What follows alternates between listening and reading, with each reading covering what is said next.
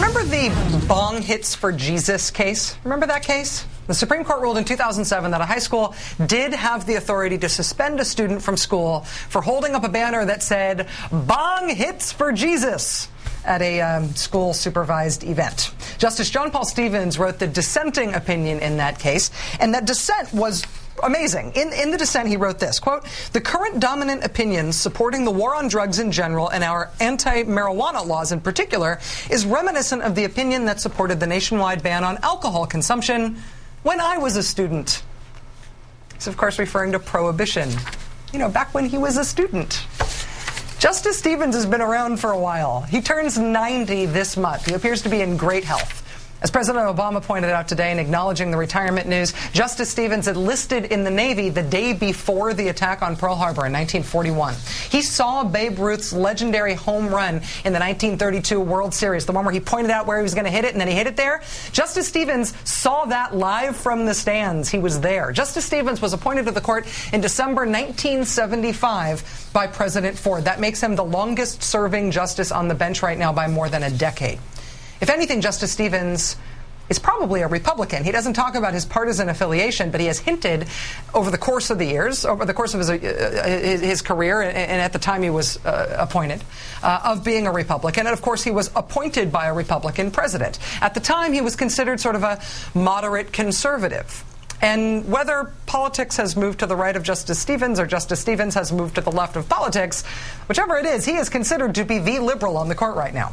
As the Washington Post said at the first recent signs that Justice Stevens would retire, his leadership of the liberal wing of the court is responsible for, quote, "groundbreaking decisions in favor of gay rights, restrictions on the death penalty, preservation of abortion rights, and the establishment of a role for the judiciary in the nation's terrorism fight." In Justice Stevens' dissent in Bush v. Gore, which of course is the case that stopped the vote recount in Florida and handed the presidency to George W. Bush, Justice Stevens wrote, quote, "Although we may never know with complete certainty the identity of the winner of this year's presidential election, the identity of the loser is perfectly clear.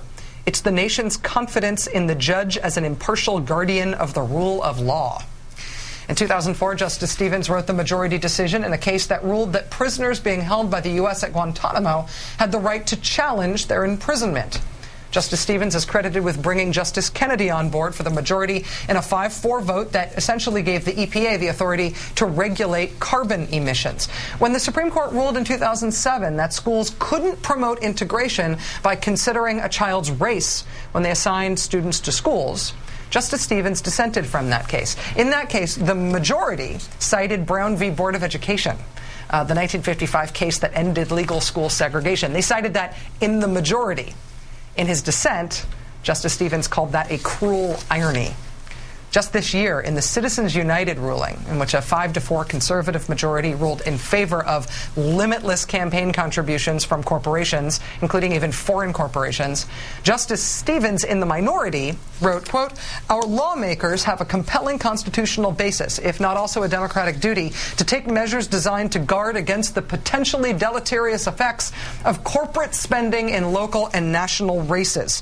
The court's ruling threatens to undermine the integrity of elected institutions across the nation. The path it has taken to reach its outcome will, I fear, do damage to this institution." Justice Stevens so strongly opposed what the court did in this landmark Citizens United case that he read aloud from his partial dissent when the decision was handed down. They never do that.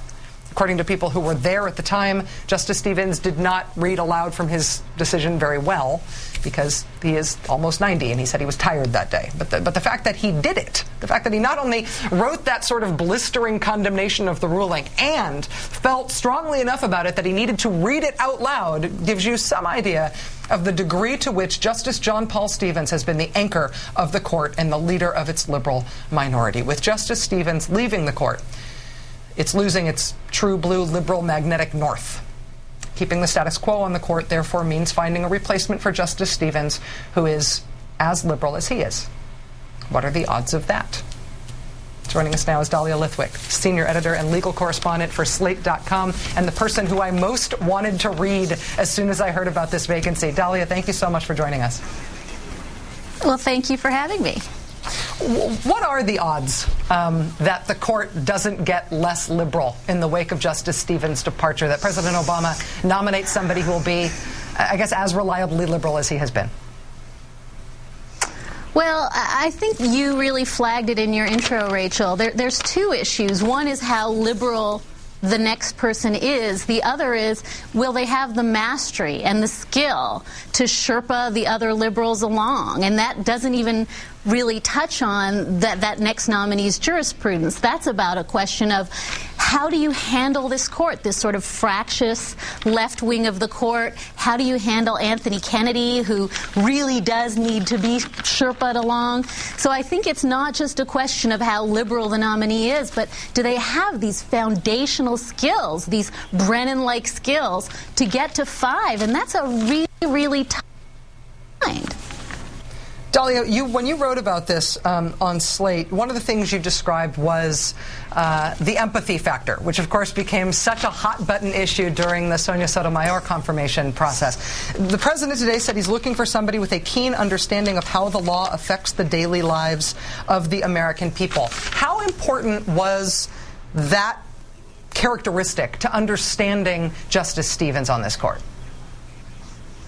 I think it's critical, Rachel, and I think it's something before we all sort of pounce on the demographics question and the diversity question, before every woman in America starts screaming we need a third woman, before we start screaming we need an Asian or Hispanic or a gay or a disabled justice. It's so important to honor and recognize in Justice John Paul Stevens that this was a rich, white, waspy guy who didn't grow up in the projects, who went to the right schools and had all the breaks and still managed throughout this amazing decades-long career to kind of get it about what it is to be a prisoner at Guantanamo, to get it about what it is to be a mentally retarded person on death row, to get it what it is to be a 13-year-old girl who's strip searched because there might be, God forbid, Advil in your bra. And so I just think it's really critical to see that quality. I know it's a bad, bad word. Empathy is synonymous in the GOP with some kind of derangement that needs medication. But really, I think that if you look at Stevens' great gift as a jurist, it's that simple ability to put yourself in the other guy's shoes. And one of Stevens' former clerks, Sonia West, and I wrote a piece today in Slate essentially saying, before we go crazy trying to find a justice who looks just like us, let's recall that John Paul Stevens doesn't look like a lot of us, but he really got us.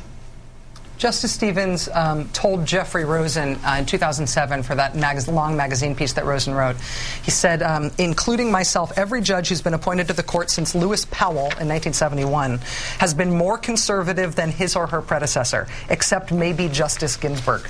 Do you think that's true? Has it been a really steady march right on the court? I think it's indisputably true. I mean, I think he's citing data that is I think, unequivocal, that everyone is succeeded by someone slightly to their right. And we certainly see that, I think, with David Souter, who's succeeded by Sonia Sotomayor, who's much, much more of a pro-prosecutor bench. We saw it with John Paul's, with then Chief Justice Rehnquist being succeeded by John Roberts, and probably the seminal replacement is the moderate Sandra Day O'Connor being succeeded by Sam Alito. I think Stevens was always the first to say he didn't change that much on the court. The court pivoted around him, and what was once sort of far right, far left liberal disappears, the moderates become the wingnut lefties, and the right becomes a right that has never been contemplated in his lifetime on the court. Dahlia, we could do this for the rest of the night, I think, but I'll just give you one opportunity to do it with as much brevity as you think is appropriate. Who do you think he's going to nominate? Who do you think who should be considered to be on the short list? You know, it's whether Obama has the stomach for a big fight or a little fight, Rachel, and I don't know the contents of Obama's stomach. I think if he wants a little fight, Merrick Garland on the D.C. Circuit Court of Appeals is a very well-respected, smart, moderate liberal. The right has already signaled that they have no problem with him.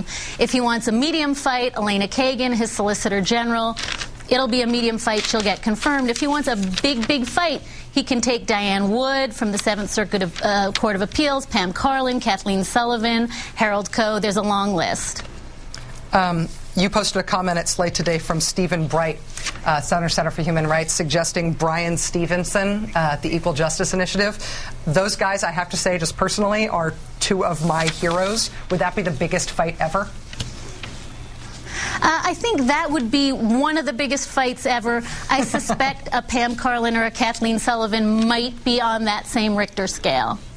I hear you. Dahlia Lithwick, senior editor and legal correspondent for Slate.com. Thank you for your time tonight. I hope we can sign you up for a lot more of it in the coming weeks as we continue to talk about this nomination. Thanks for having me, Rachel.